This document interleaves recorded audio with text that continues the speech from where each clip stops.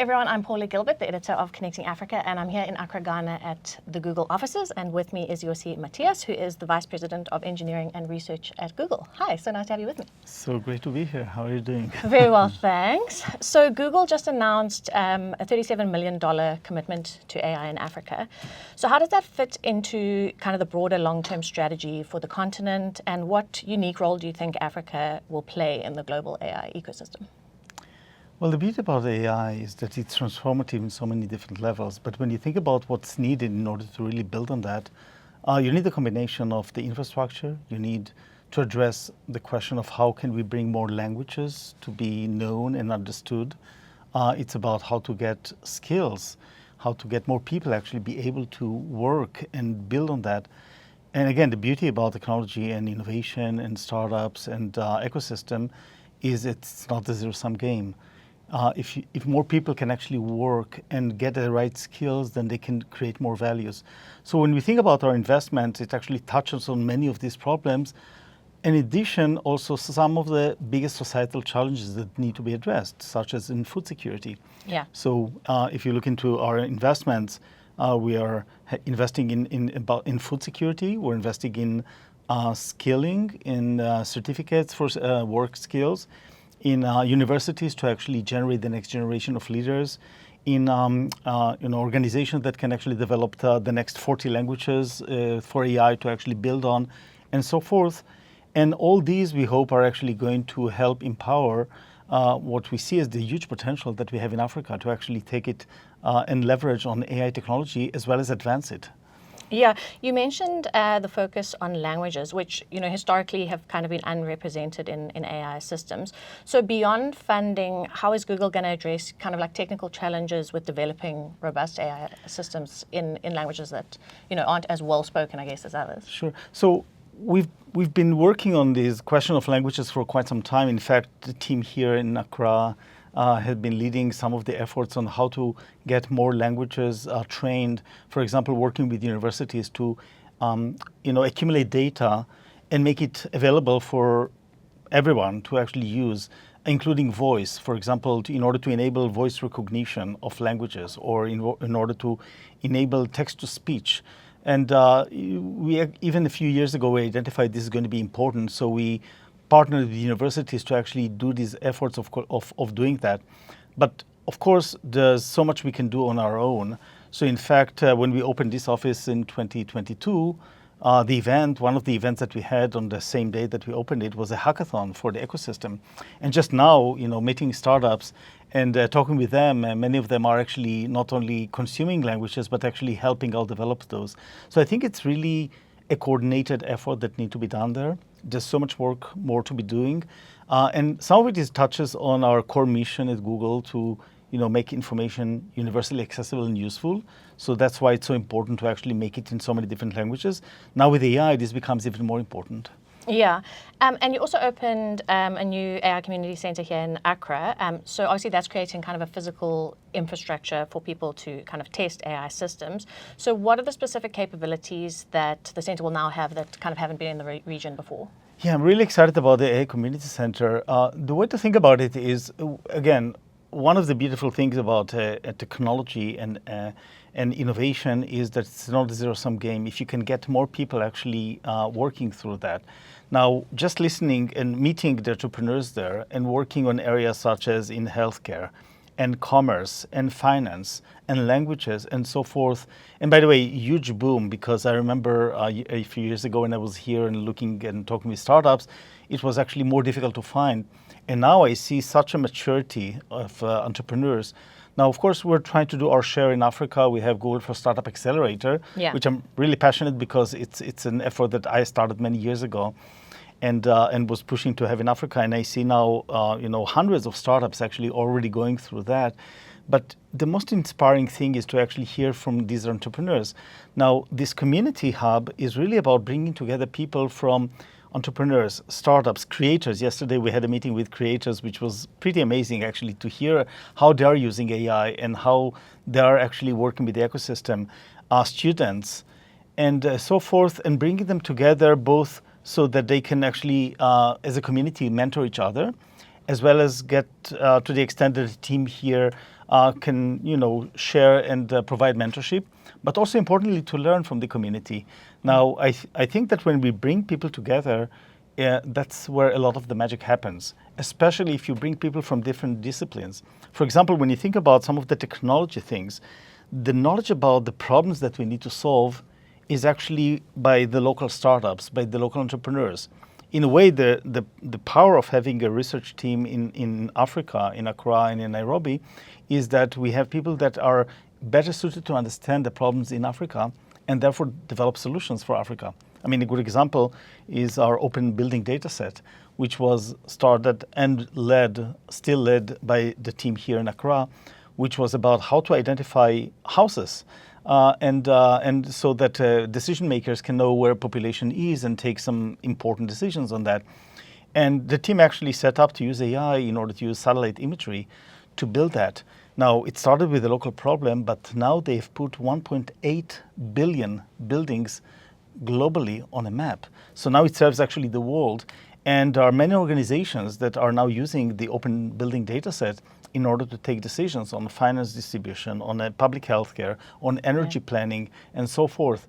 So this is an example of how you learn the local problem, you solve for it, and then you scale it to solve for the world. Okay, amazing.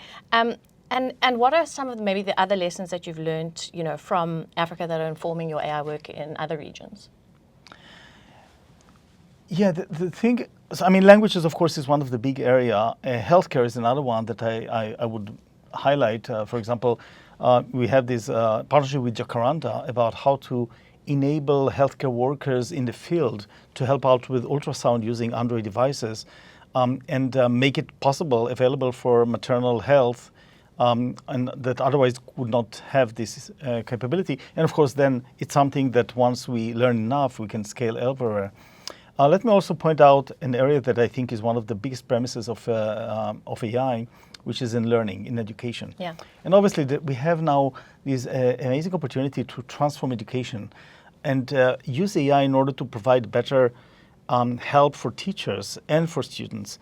So we have a pilot here in Ghana, which is first of its kind, but we're thinking about it as something that we'd like as a pilot for the world, which is how to use AI. In particular, we developed the so-called LearnLM model on Gemini, which essentially is adding capabilities related to teaching and education for the language model. For example, the ability for the model to help out with quizzes or to leveling, or to able to provide assessment for work.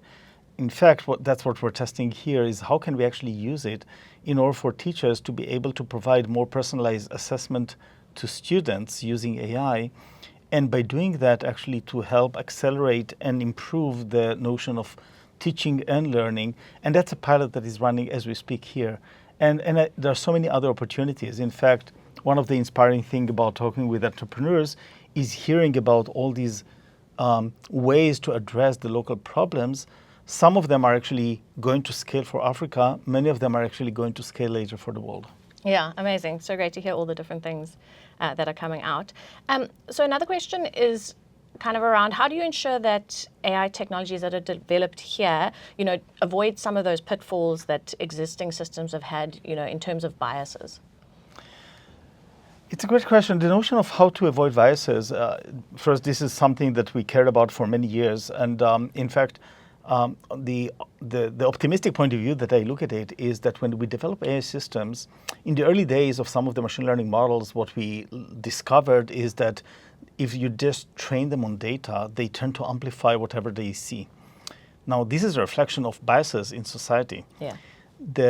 The thing that happens now is as we apply a very rigorous approach to how we're thinking about those machine learning models, which, by the way, this is a principle that we set up to do back in 2018.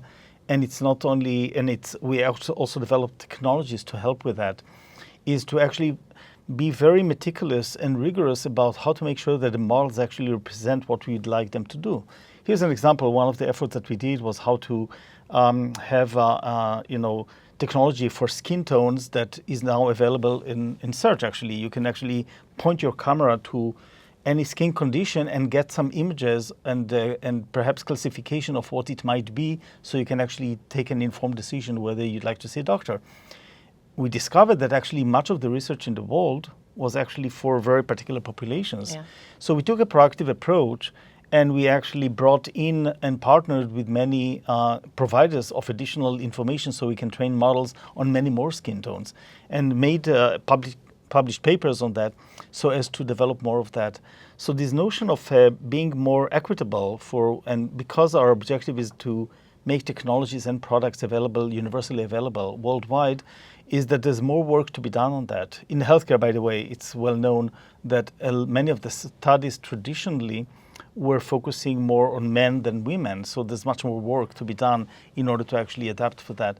So the approach of taking the scientific approach to how to deal with kind of these studies, I think is helping us to do a better job as a society to also address many of these problems. Okay, great. And then looking maybe 5 years ahead, what specific impact are you hoping that all of these initiatives will kind of make in Africa? So first, the opportunity to solve problems is available for everyone. Talent is everywhere. And again, I mentioned earlier skills. We're really proud to have been the founding partner to African Master of Machine Intelligence. And I was there in the opening in 2018, where we actually bring some of the leaders for the next generation. The point is that the potential for developing innovations and skills and talent is huge. And what I hope to see, and again, I'm really encouraged what I see the entrepreneurs actually in a way that is a very vibrant ecosystem and are tackling some of the most important problems. There's no limit to level of innovation that can be done. So if I think about the future of youth who are learning and learning new AI skills and building on the technologies that are available. So the beauty again about technology today is that the AI models are available for everyone.